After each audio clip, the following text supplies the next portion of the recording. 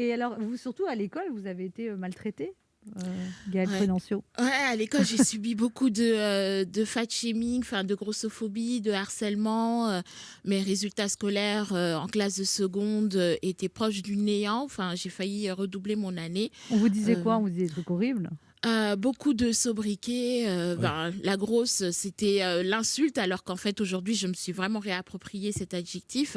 Mais c'était du harcèlement quand j'allais au tableau. On me rappelait toujours mon poids. Et enfin, j'avais pas d'amis, entre guillemets. C'était vraiment très difficile, mais j'ai réussi à me relever de tout ça, quoi. Et comment vous avez réussi? Par la force, par la volonté, justement, là? Ah, comment j'ai réussi? C'est d'abord, je pense qu'au fond de moi, j'ai quand même toujours été quelqu'un de combatif.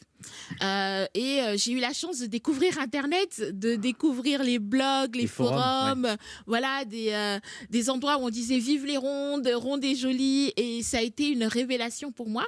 Et aussi de découvrir les vêtements. En fait, je dis souvent que je me suis acceptée grâce aux vêtements, parce que j'ai commencé à m'habiller, à chercher sur Internet des bons plans et tout ça, et à m'exprimer, surtout à dire bah, ma vérité, à savoir que ok, je suis grosse, mais je suis bien dans ma peau. Enfin, moi, je vis bien en fait. Hein. J'ai pas, je fais du sport, j'aime qui je veux, et puis j'ai une vraie vie de personne normale en fait.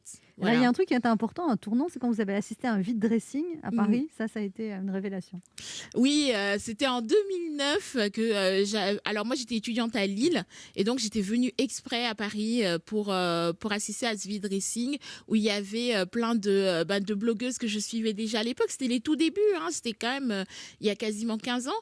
Et en fait, j'ai découvert tout un monde où ronde, enfin grosse et belle, c'était pas antinomique.